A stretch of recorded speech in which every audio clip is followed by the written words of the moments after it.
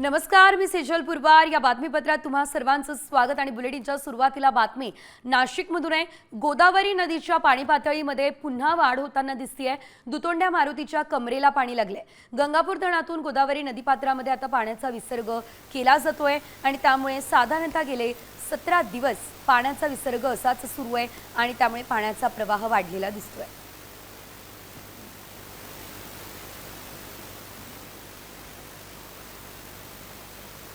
एकंदरीत आपण जर बघितलं तर दुतोंड्या मारुतीच्या कमरेला पाणी लागलेले गोदावरी नदीला पूर आला असल्याचं आपल्याला पाहायला मिळतंय.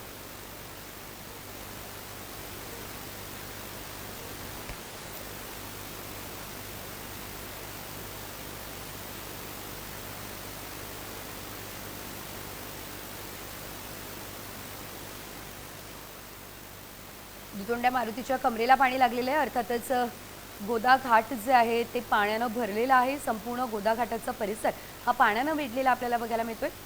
त्यामुळे आपण जर पाहिलं तर या ठिकाणी कुणीही हुल्लडबाजी करू नये आणि या पुराच्या पाण्यात उतरू नये असंच आवाहन जे आहे ते सध्या नागरिकांना केलं जात आहे. सावधानतेचा इशारा सुद्धा देण्यात आलेला आहे.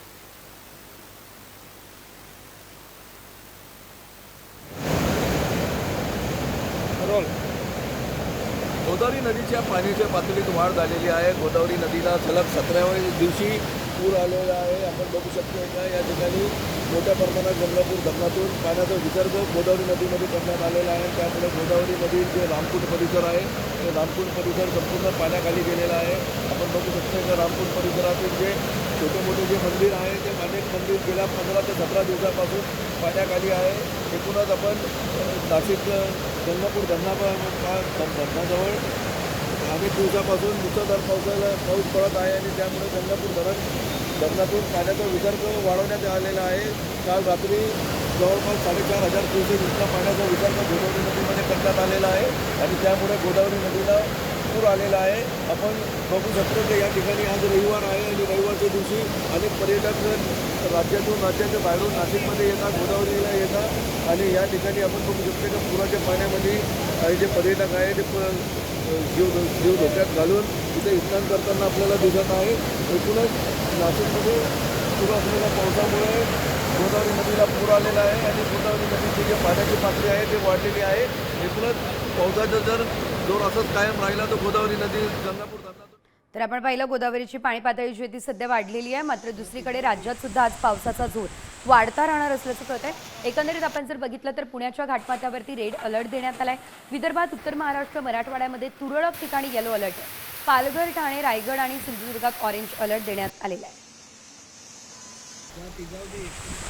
आता महाराष्ट्राची जर परिस्थिती बघाल तर कोकणामध्ये काही ठिकाणी रेड अलर्ट दिला गेलेला आहे आणि घाटमाथ्यांवर सुद्धा रेड अलर्ट आजच्यासाठी आहे. उद्यापासून घाटमाथ्यांवर ऑरेंज अलर्ट दिला गेलेला आहे. मुसळधार पावसाची शक्यता येणारे 4 ते 5 दिवस घाटमाथे त्याचबरोबर कोकण किनारपट्टीवर असण्याची शक्यता आहे. जर आपण प्लेन एरियाचा जर विचार कराल तर तिकडे हलक्या ते मध्यम स्वरूपाचा पाऊस मध्य महाराष्ट्र आणि मराठवाड्यात होण्याची शक्यता आहे आणि विदर्भामध्ये 4 ते 5 तारखेपासून 4 ते 5 तारखेपर्यंत हलक्या ते मध्यम स्वरूपाच्या पावसाची शक्यता आहे आणि त्यानंतर काही ठिकाणी मुसळधार पावसाची शक्यता आहे. त्याचबरोबर विजेच्या कडकडाटासह पाऊस पडण्याची शक्यता आहे.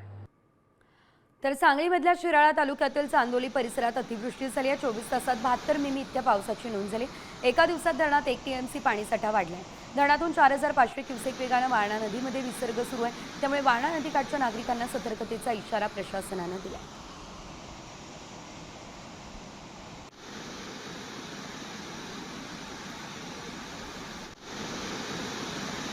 नवी मुंबईमध्ये सुद्धा पावसाला सुरुवात झाली आहे. पनवेल, खारघर, नेरूळ या भागामध्ये पावसाची हजेरी आहे. आज नवी मुंबईमध्ये पावसाचा येलो अलर्ट देण्यात आलेला आहे. अधूनमधून पाऊस क्षणभर विश्रांती घेताना दिसतोय.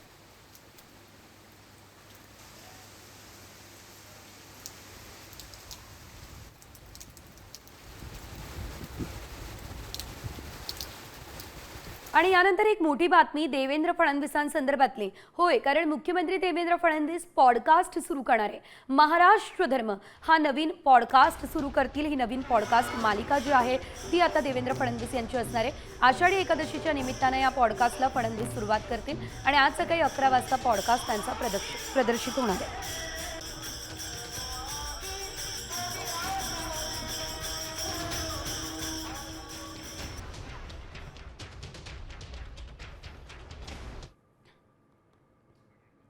पुढच्या बातमीकडे वळतीये.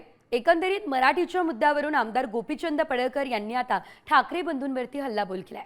शिवसेनेने 8 अमराठी खासदार कोणत्या प्रेमातून केले हा सवाल ठाकरेंना केला. तर आम्ही मराठी आमच्या आईच्या पोटातून येऊन शिकतो, ती कुणी शिकवण्याची आम्हाला गरज नाही असंही ते म्हणाले.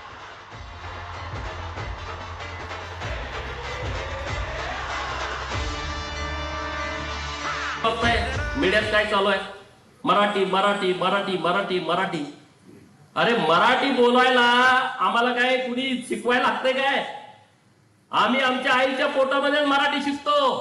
आम्ही मराठी आहोत, मराठी विषयी आमचं प्रेम आहे. मग हे 8 खासदार जे अमराठी आहेत, जे उत्तर भारतातले आहेत, ते नेमकं कुठल्या प्रेमातून तुम्ही दिल्लीला पाठवले याचं उत्तर तुम्ही महाराष्ट्रातल्या जनतेला देण्याची आवश्यकता आहे.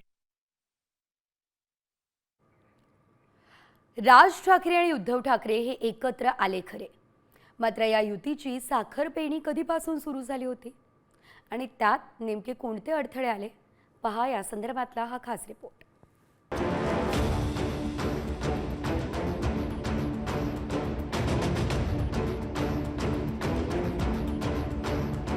अखेर 20 वर्षांनंतर राज ठाकरे आणि उद्धव ठाकरे एकत्र आले. मात्र हे एकाच दिवसात घडलं नाही, तर त्याच्या पेरणीची सुरुवात 19 एप्रिलला झाली होती. महेश मांजरेकरांनी राज ठाकरेंची मुलाखत घेतली आणि मुलाखतीत त्यांनी उद्धव ठाकरेंना घातलेली साद महत्वाची ठरली.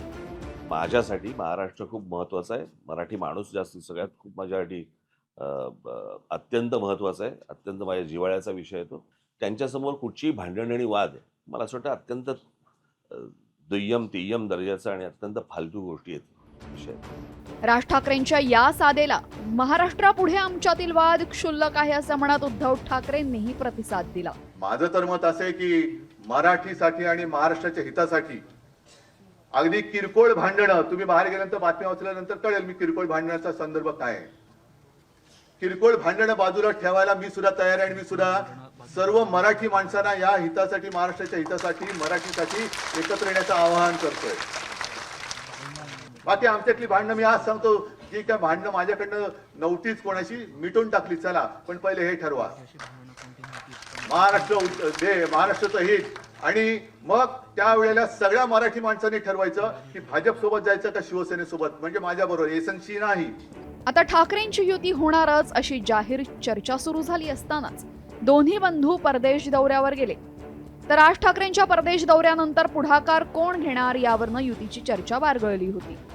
मात्र याच काळात ठाकरे गट युतीबाबत आशावादी असल्याचं संजय राऊतांनी वारंवार स्पष्ट केलं होतं. ठाकरे गट युतीसाठी सकारात्मक असल्याचं समोर आल्यानंतर महायुतीच्या नेत्यांनी राज ठाकरेंसोबत भेटीगाठींचा सिलसिला सुरू केला. मराठी भाषेचं कारण देत उदय सामंत राज ठाकरेंच्या भेटीला पोहोचले. एकनाथ शिंदे राज ठाकरेंच्या घरी स्नेहभोजनासाठी हजर राहिले. उदय सामंत पुन्हा राज ठाकरेंच्या भेटीला गेले. देवेंद्र फडणवीस आणि राज ठाकरेंची वांद्र्यातील ताज लँड्स एंड हॉटेलमध्ये गुफ्तगू झाली. महायुतीतील नेत्यांच्या भेटीनंतर ठाकरे बंधूंच्या युतीला ब्रेक लागल्याची चर्चा होती. मात्र उद्धव ठाकरेंनी युतीबाबत स्पष्ट संकेत दिले होते. जे महाराष्ट्राच्या जनतेच्या मनात आहे ते होईल. संदेश कशाला मी बातमीच देईन ना तुम्हाला. राज ठाकरेंनी 2005 मध्ये शिवसेना सोडल्यानंतर बाळासाहेब ठाकरेंनीही दोन्ही भावांना एकत्र आणण्यासाठी प्रयत्न केले होते. मात्र ठाकरे बंधू एकत्र आलेच नाहीत. मात्र एका हिंदी सक्तीच्या निर्णयाने दोन्ही भावांना एकत्र आणण्याची कबुली राज ठाकरेंनी दिली. आज जवळपास 20 वर्षानंतर मी आणि उद्धव आम्ही एका व्यासपीठावरती आज येतो आहोत.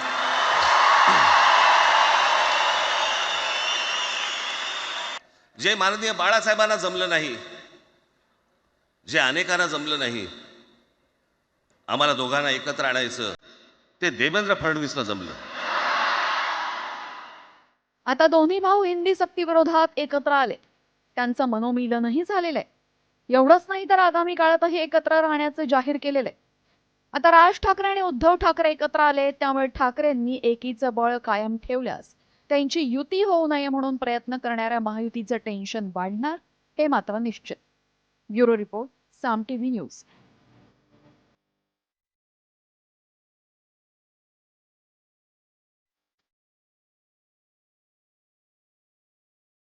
राज आणि उद्धव ठाकरे यांच्या एकत्र मेळाव्यासंदर्भात आता मुख्यमंत्री फडणवीसांची प्रतिक्रिया समोर आली. काय म्हणाले फडणवीस? चला बघूया.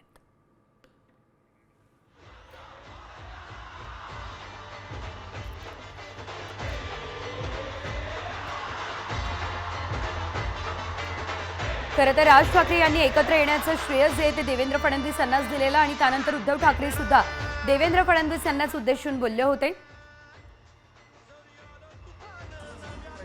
मी राज ठाकरेंचे आभार मानतो की त्यांनी या ठिकाणी दोन बंधू एकत्रित येण्याचं श्रेय मला दिलं. श्रद्धेय बाळासाहेबांचे आशीर्वाद हे मलाच मिळत असतील. आणि यानंतर पुढे बघूयात वारी संदर्भातल्या काही महत्त्वाच्या बातम्या.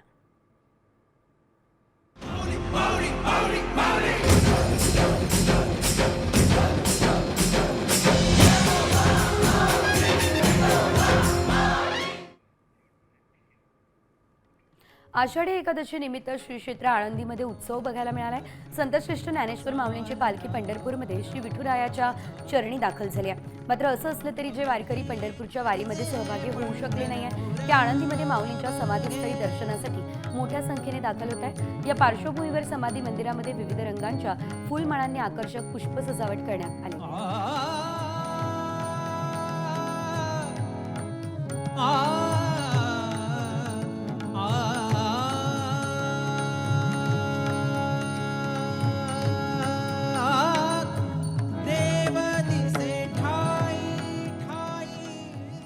तर आषाढी एकादशी निमित्त शेगावच्या संत गजानन महाराज समाधी मंदिरामध्ये आणि शिर्डीच्या साई मंदिरामध्ये भाविकांनी गर्दी केली आहे. आषाढी एकादशी निमित्त मंदिरात विविध धार्मिक कार्यक्रम पार पडत आहेत. साई समाधीवरती विठ्ठलाची प्रतिमा ठेवण्यात आली आहे. तर साईबाबांचं मंदिर आकर्षक फुलांनी सजलेलं आहे. कोट्यवधी रुपयांच्या आभूषणांसह तुळशीपत्राची माळ घालण्यात आली आहे.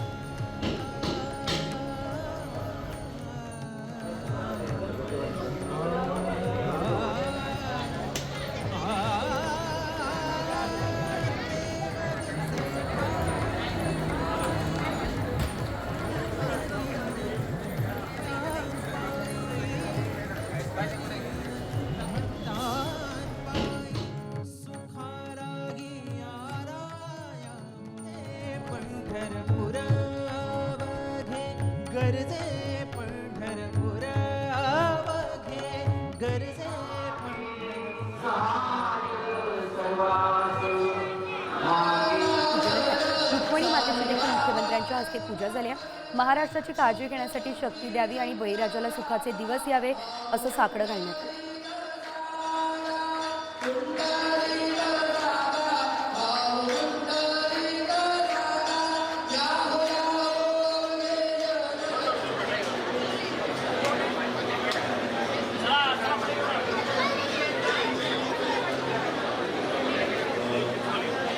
पंढरपूरमध्ये आषाढी एकादशीचा अनुपम सोहळा पार पडतोय. आषाढी एकादशी निमित्त मुख्यमंत्री फडणवीसांनी सपत्नीक विठ्ठल रुक्मिणीची पूजा केली. यावेळेस विठ्ठलाच्या मूर्तीला मुख्यमंत्र्यांच्या हस्ते दुधाचा अभिषेक झालाय आणि त्यानंतर विठ्ठलाची आरती झाली. विठ्ठलाच्या पूजेनंतर रुक्मिणी मातेची देखील मुख्यमंत्र्यांच्या हस्ते पूजा संपन्न झाली. यावेळेस महाराष्ट्राची काळजी घेण्यासाठी शक्ती द्यावी आणि बळीराजाला सुखाचे दिवस यावे असं साकडं घालण्यात आले आहे.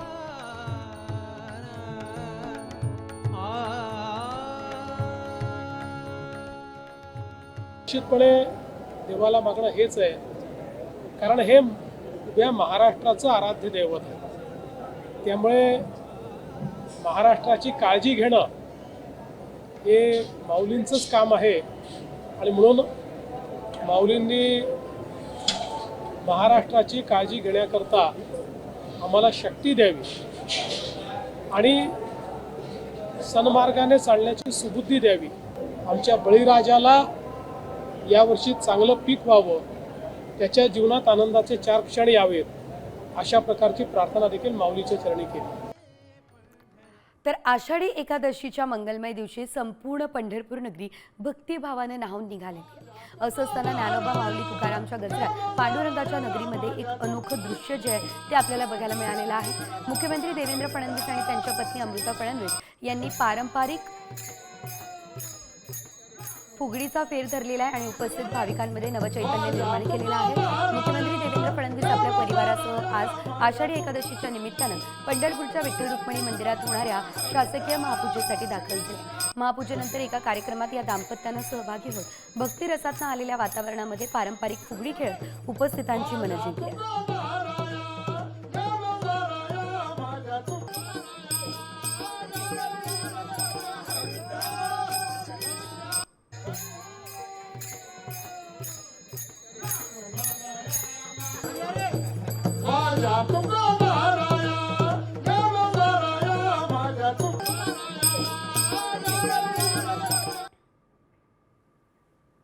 विठुरायाच्या दर्शनासाठी पंढरपूरमध्ये भक्तीचा महापूर लोटलेला आहे। चंद्रभागेच्या तीरावरती स्नानासाठी आता भाविकांची झुंबड आहे। आज पहाटेपासून लाखो भाविक चंद्रभागेच्या स्नानासाठी दाखल झालेले। चंद्रभागा स्नानानंतर भाविकांनी संत नामदेव पायरीचं आणि या दरम्यान कळसाचं दर्शन घेतलं आणि वारी पूर्ण केली। विठ्ठल रुक्मिणीच्या पदस्पर्श दर्शनाची रांग मंदिरापासून सुमारे 22 किलोमीटर अंतरापर्यंत गेली। दर्शन रांगेत सुमारे 75,000हून अधिक भाविक उभे आहेत।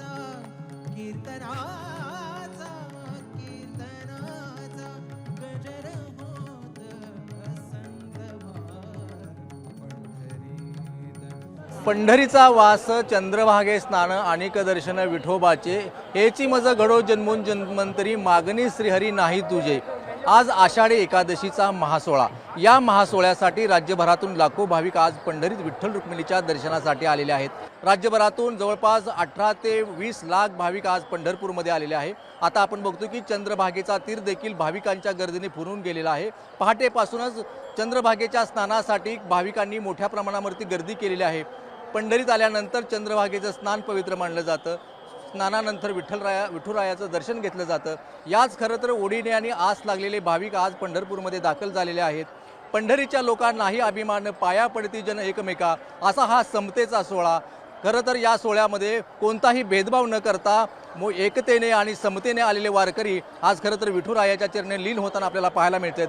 खरं तर चंद्रभागेचा वाळवंट कण आणि कण सगळ्या विठुनामाच्या रसामध्ये चिंब होऊन पाहायला मिळतोय। मठ असतील, मंदिर असतील, या सगळ्या भागामध्ये टाळ मृदुंगाचा गजर सुरू आहे आणि अवघी पंढरी नगरी या सगळ्या विठुनामाच्या गजरामध्ये दुमदुमून निघालेले आपल्याला पाहायला मिळते। आपण पाहतोय की सूर्योदयाच्या वेळी सगळे भाविक आता चंद्रभागेच्या स्नानासाठी चंद्रभागेच्या काठावरती आलेले आहेत। कॅमेरामन आदर्श कटकेसह भारत नागने, साम टीव्ही न्यूज, पंढरपूर। आषाढी एकादशीच्या निमित्तानं आज लाखोंच्या संख्येने वारकरी पंढरपुरात दाखल झाले। प्रत्येक वारकरी विठ्ठल भक्तीने तल्लीन होऊन तासनतास दर्शन रांगेत उभा आहे। विठ्ठल रुक्मिणी मंदिरात राज्यातील विविध कानाकोपऱ्यातून वारकरी आणि भाविक दाखल झाले। राम कृष्ण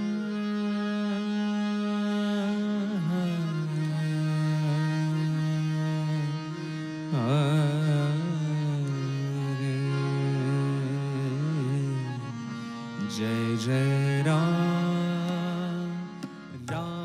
तर राजधानी नवी दिल्लीमध्ये आषाढी एकादशीचा उत्साह दिसतोय। नवी दिल्लीमध्ये मराठी प्रतिष्ठानच्या वतीने हनुमान मंदिरापासून दिंडी काढण्यात आली। यामध्ये मोठ्या उत्साहामध्ये दिल्लीकर सहभागी झाले। या वारीमध्ये आमचे प्रतिनिधी प्रमोद जगताप हे देखील सहभागी झाले होते।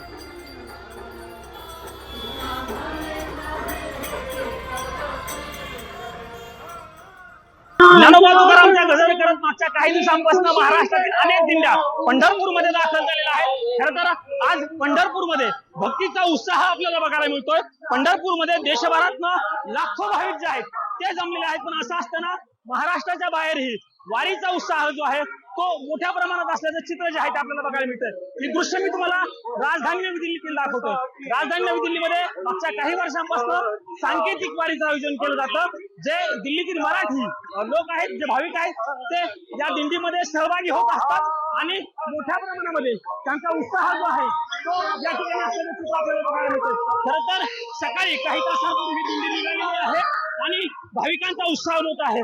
हनुमान मंदिरापासून ही दिंडी निघालेली असून विठ्ठल मंदिरापर्यंत ही दिंडी जाणार आहे आणि त्या ठिकाणी दिंडीचा समारोप जो आहे तो होणार आहे। खरं तर दिल्लीमधील जे राजकारणी आहेत त्यांचा देखील उत्साह या दिंडीमध्ये असल्याचं आपल्याला बघायला मिळतंय। प्रमोद जगताप, साम टीव्ही न्यूज, नवी दिल्ली। आणि यानंतर बघूयात वारी संदर्भातल्या काही महत्त्वाच्या घडामोडी। राज्यावर अतिमुसळधार पावसाचं संकट, पुढील 24 तास महत्त्वाचे। कोकणात ऑरेंज तर पुण्याच्या घाटमाथ्यावर रेड अलर्ट। राम कृष्ण हरे जय जय राम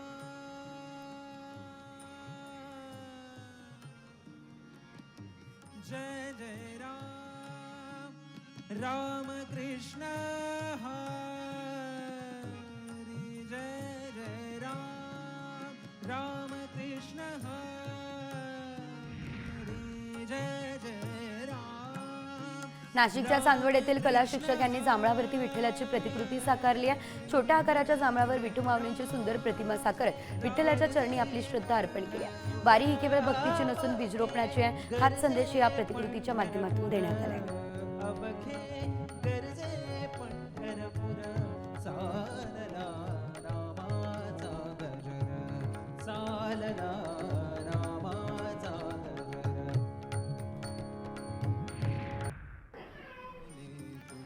तर भंडारा येथील प्रसिद्ध चित्रकार चित्रा वैद्य यांनी तुळशीच्या पानावर रांगोळीतून विठुरायाची प्रतिकृती साकारली। आजपर्यंत त्यांनी अनेक चित्र रांगोळीतून रेखाटले।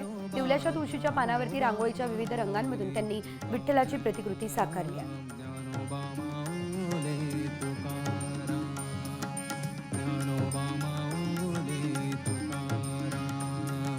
ज्ञानोबा ज्ञानोबा ज्ञानोबा माऊली तुकाराम ज्ञानोबा ज्ञानोबा ज्ञानोबा माऊली तुकाराम। आषाढी एकादशीच्या निमित्ताने विठ्ठल रुक्मिणी मंदिरामध्ये आकर्षक अशी सजावट करण्यात आलेली आहे। सजावटीमुळे मंदिर अगदी खुलून दिसतंय। पुण्यातील भाविक भारत भुजबळ यांच्याकडून ही सजावट झाली आहे। सजावटीसाठी 10 टन विविध देशी विदेशी फुलांचा वापर करण्यात आला आहे। ज्ञानोबा ज्ञानोबा ज्ञानोबा माऊली तुकाराम ज्ञानोबा माऊली तुकाराम ज्ञानोबा माऊली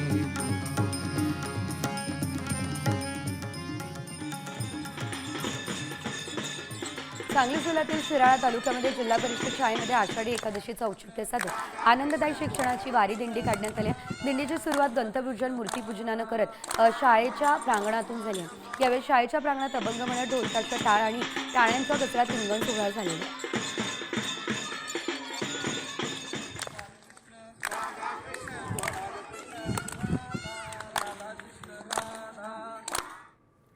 आणि यानंतर पुढे तुमच्या आमच्या कामाच्या बातम्या। दादरच्या कबूतरखान्यामुळे वाढत असलेले श्वसनविकार, दुर्गंधी आणि प्रदूषणाची सरकारने आता गंभीररित्या दखल घेतलेली आहे। त्या संदर्भात पालिकेला कारवाईचे देखील आदेश दिले। मुंबई महापालिकेच्या हद्दीत 51 कबूतरखाने आणि त्या कबूतरखान्यांबाबत तातडीने विशेष अभियान राबवण्यात येणार आहे। याबाबत राज्य सरकारने पालिकेला आदेश दिले।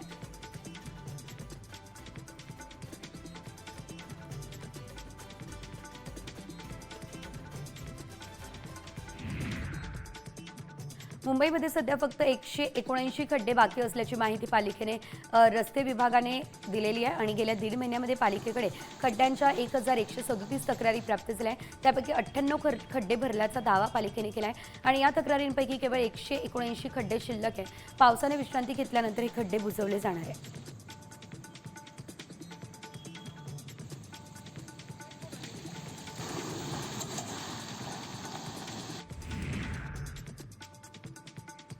मुंबई बडोदा द्रुतगती महामार्गाच्या प्रगतीमध्ये पावसाचा अडथळा निर्माण झाला आहे। पावसाळ्यातील 3 ते 4 महिने महामार्ग बांधणीचे काम ठप्प राहणार आहे। त्यामुळे पालघरमधील संपूर्ण टप्पा वाहतुकीसाठी खुला होण्यासाठी 8 ते 12 महिन्यांचा कालावधी लागण्याची देखील शक्यता आहे आणि या महामार्गाचं काम 80 ते 85% पूर्ण झालं आहे।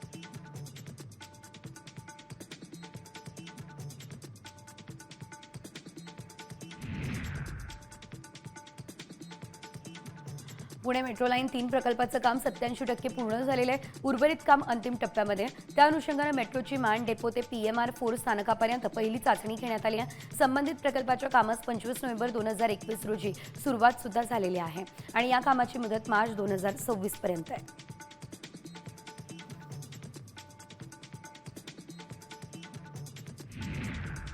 फुलंब्रीमध्ये कृषी बाजार समितीने आता कांदा बाजाराचं आयोजन केलेलं आहे। दर शुक्रवारी भरणाऱ्या या कांदा बाजारामध्ये शेतकऱ्यांना आता चांगला दर मिळतोय आणि त्यामुळे शेतकऱ्यांची या ठिकाणी गर्दी सुद्धा होते. बाजारात आमदार अनुराधा चव्हाण यांनी आता कांदा उत्पादक शेतकऱ्यांसोबत चर्चा केली आणि लिलाव चालू असताना थेट शेतकरी व्यापाऱ्यांच्या अडचणी समजून घेतल्या.